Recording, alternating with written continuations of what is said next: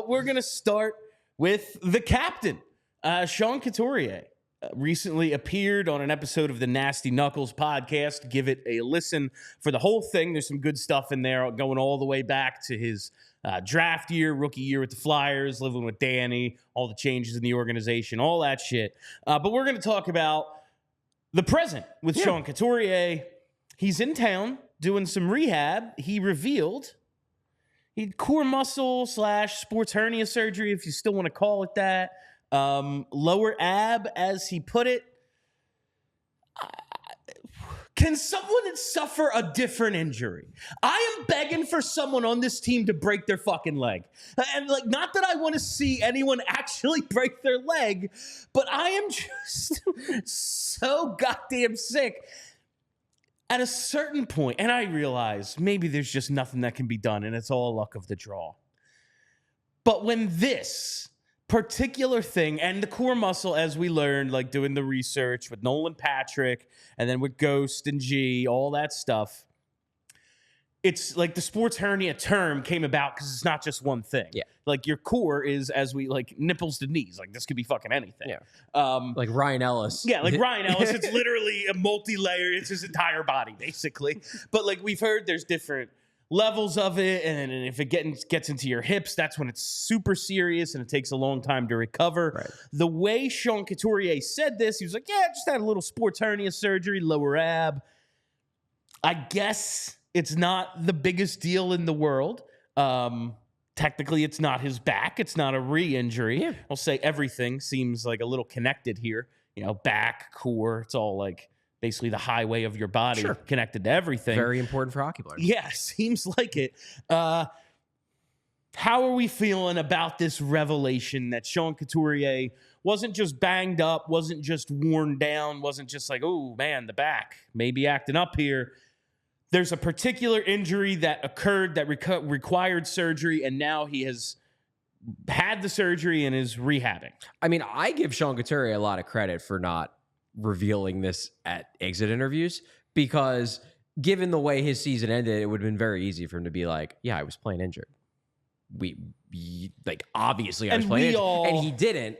And I feel like that then allowed fans to really start worrying like, oh God, this is just who he is. Yeah, he's just bad. And like, who knows? He might not come back from this. He might be the same guy from the second half for the rest of his career, and that would stink. But to me, this is the same thing I felt about the Drysdale stuff, where like when they reported, I think it was Briere who said, yeah, he might have a little cleanup with his core or something like that, and people went crazy. And it's all driven by memories of the Drew Ghost thing. Like that's what it is, because Flyers fans are scarred because they watch those two guys get this type of surgery, and then the entire next season were shells of themselves, and people have just not forgotten it.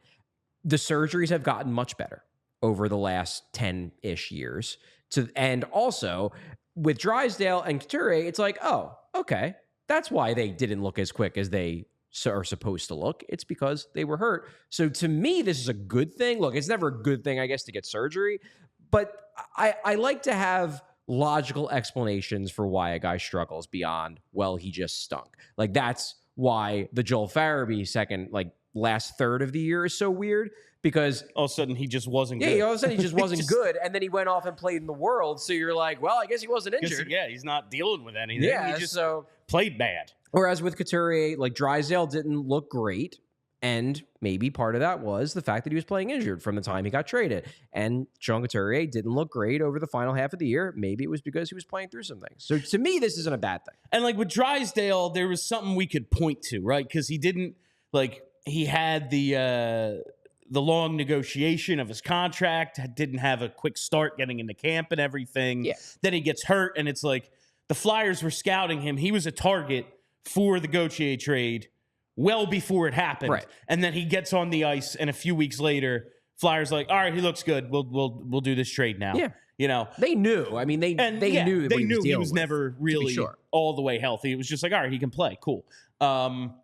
This, though, the Couturier thing, I think it's in terms of what we thought it could be, whether it's just like back acting up, his body's just wearing down from everything. He hasn't, like I've said many times, He's 31, 32 now. He hasn't played a full season since he was 26. Yeah. Thanks to injury, pandemic, shortened season, whatever. It's been a long time since he had the grind of a full season. Like, whatever it is, like, there were a lot of outcomes where it's just like, shit, I don't know if he can do this anymore. Right. And at least this opens the possibility of, all right, he just got hurt. The beginning of the season that we saw with him is replicable because that was him when he wasn't hurt. Yeah. Something occurred where he had some sort of tear, some sort of rupture, whatever it is. And then he's never been the fastest. No. And then you lose a step at his age and already lack of speed. It's like, well, yeah, he looked like shit. And he did. Yeah. Now, with that repaired, you would think, okay, he can be some semblance of what he was in the first half. Cool. Which is a really good player. I'm way more optimistic than I was a week ago. Yeah, and I think, too, this is another thing. I mean, I hate to go back to this because we've talked the scratch to death, but I think this also plays into part of why Couturier was so ticked off. Because I'm in pain. Like, he's playing through injury, and the team knows it, and Tortorella knows it. That's like, we talked at the time, and we didn't know. We were just like, I don't know, man. He does look like shit. Yeah. But, like, you put the C on him, long-tenured guy, maybe frame the thing a little differently, have a little, I don't want to say respect, but have a little fucking respect for this dude who's trying to play through this thing. And it was like, nah, he looks like shit. Sorry, he ain't playing. Yeah. And handle that a little differently, maybe. And that's the give and take with John Tortorella. He's just going to be the way he is.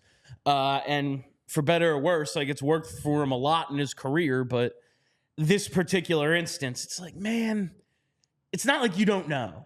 You can't tell me you don't know that this dude is in, I would assume, some pretty serious fucking pain. Yeah, probably. Like, he's got a tear in his abdomen. Like, I bet that's not a happy feeling. Yeah, I can't imagine. It's not warm contentment. No. And you're just kind of throwing him under the bus the way you did. That's... It's not great. No, I mean, you can see why Couturier was a proud player, so he was always going to take it poorly. But, like, you can see why he took it especially poorly. Like, I'm hurt. Yeah, and the team knew it too. Like, this is, like, he's a popular guy in the room. He was literally the captain. You know that, like, all of his buddies on the team, which is probably most of the team, all knew he was playing through injury. I mean, anyone who's been there any length of time has been his teammate the entire time. Yeah. Like, and it's just like, you had an opportunity to frame this as load management of some kind and, like, maybe back off his ice. Like, and you had him on the fourth line, then you scratch him, and it's just like, yeah, man, we're going to play him with Nick Delorier because, like, he sucks. All right, maybe he just flat out, with or without the injury, didn't have it in the second half. And he would probably say that because he probably thinks that regardless of injury, I've played through injury before and I've been more effective than I am now. Look who he came up under. G and Jake, these dudes who missed no time. Yeah. If they missed 2 games in a season, you look at their hockey DB and you're like, oh, man, they missed a lot that year. It's like, what'd they play? 77 games? You know, like, he came up through that era where dudes didn't miss any time. I get it. And so he doesn't want to use it as an excuse. We remember Giroux, like, no, I'm not hurt. Well, why are you getting surgery then? Like, how come you looked like shit and now you're getting surgery? But, like, I just wish they had handled that a little differently and maybe, like, handled his, like, load a little differently in the early part of the season, but you don't know. He looked good. Yeah. Like, I mean, he looked good. Yeah, we have Ash asking, could there be an argument Coots didn't want his injury out there officially? I don't think so, because if this was all a game they were playing, he wouldn't have been that mad. Yeah. Like, the anger was real. This was not everybody play acting. If this was a case of Couturier says, I don't want it out there that I'm hurt, so present it to the public as if I'm a healthy scratch, then he wouldn't have gotten so angry that he had his agent go talk to Kevin Kurz about it. Yeah, the whole thing, it just played out poorly, and now we have a little bit more context, and it's like, ooh, this was kind of a poorly handled situation. Yeah. You wish this stuff would stop happening. Tort's going to torts. But torts is going to be torts, the one positive coming out of this interview, in addition to the fact that now we have an explanation as to, one of the reasons why he dropped off, if you listen to that interview, and this is the first time Sean Couturier has spoken since he switched agents, since he hired Pat Brisson, and there was obviously some consternation about whether that meant that Sean Couturier was in the process of exploring a trade, that maybe he's going to go to the Flyers and say, I don't want to play for John Tortorella anymore because that was awful and I want to go elsewhere. And then the Flyers have to try to find a spot for a guy who is going to be very difficult to trade anyway. But you listen to this interview, and at no point does Sean Couturier sound like someone who is souring on the idea of being a Philadelphia Flyer. He, despite whatever the issue continues to be, I don't know, with the head coach or any specific thing that happened throughout the season, he very much seems like he's a Philadelphia Flyer. Yes. Like, that's what I took away from it. Have not listened to the entire interview yet. I did listen to the injury part and a lot of the stuff of him, like, talking about Danny and, like, all the, like, he seems, he was the right choice for, like, he's the guy. He is going to be a Flyer for the foreseeable future. And he probably knows, too. Like, he obviously can't come out and say this, but he's got a no-move clause. He can't be traded. He's under contract for another 6 years. Like, he's going to be here longer than Torts is. Yes. He's going to outlast Torts if he wants to. Yeah. Yeah. As long as he can get his ass on the ice, he's going to be here longer than Torts. Yeah. This contract, Torts is not going to be the coach at the end of this contract. That is definite. Even if he actually despises John Tortorella, can't stand playing for him, he could very easily think to himself, well, I got to deal with him for another couple years. He's like, I'm on coach 9. Yeah. Well, you think I'm not going to get to 10? Come on now.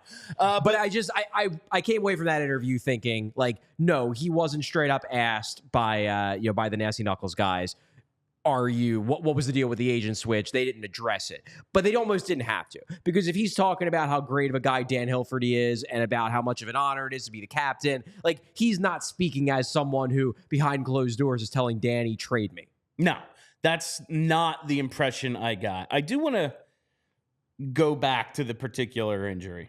Mm-hmm. Can we say, you don't have an answer for this because you're not a doctor, you're not the trainer of the team, but like, this specific thing keeps happening to guys. Could this be an organizational issue of some sort of training regimen they have them on? Like, it just seems to keep happening, and I don't see it happening to other clubs at this rate. I don't think so. I do think it happens to other clubs too. It's just we follow the Flyers. Like, this is a pretty frequent hockey injury because of the way you have to play and the way you have to skate. It puts a lot of stress on your core. So, number one, I do think it is a widespread thing. It's just we see it more with the Flyers because we cover the Flyers. Also, I think Drysdale had this injury before he got traded. That's the Flyers drafted Nolan Patrick with this injury. Right. They knew of it and took him. Right. It's one of the reasons he fell to 2. Drysdale probably showed up with the injury, as you just it's not all specific. And I remember going back, I think it was Robert Esch had it. It was one of the guys in that. It was either Esch or Biron in that era of goalie had this injury years ago, at the same time McNabb had it. It was no one ever heard of it before. It was sports hernia. Yeah. And I think it just become more when we were doing the initial Patrick, Giroux, Gostisbehere, sports hernia isn't the name of an injury. It's not a real thing. It's core muscle. It's a catch-all. It's just kind of a catch-all phrase because there's so much involved. It's your goddamn core. I don't know. It seems to happen to the Flyers a lot. It seems to, and it's the shit don't happen to just oh yeah, man, Wade Allison as a core muscle. It's it's the big guys. It's all of our main guys. Yeah, it's the big guys. The season is going to go well if Sean Couturier is back. Well, he was back for half the year, and then he wasn't, and shit went to hell. Yeah. It just seems to be happening to these dudes. There's definitely a why us sort of feeling constant that you live with. And before we get to some more why us stuff, let's get to the super chat here from Steve. In season, does a guy get a scan or just report it? Well, they don't scan guys for no reason. He would go to the trainer and say, hey, I'm having some pain in my, my abdomen or whatever. Like, can we take a look at it? And then they, send him to a specialist or the trainer or whatever. And then if it seems like there might be something there, then then he gets a scan. And then it's like, okay, well, you have this problem. Can you play through it?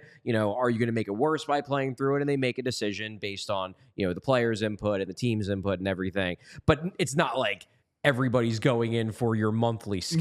No, yeah, it's not like the catch-all MRI. Like, all right, let's see what's the matter with you. Yeah, but if you were to be like, there's something going on here. Like, well, do you want an MRI? Like, do we want to? And then you figure it out from there. But I do think of the Voracek gout story, where he's like, my fucking foot is broken.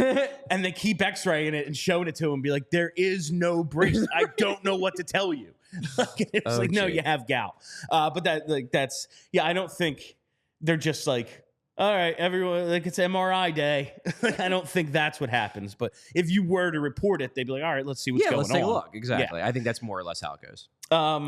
Before we get to the first ad read, I just want to Rich Hoffman's newsletter today.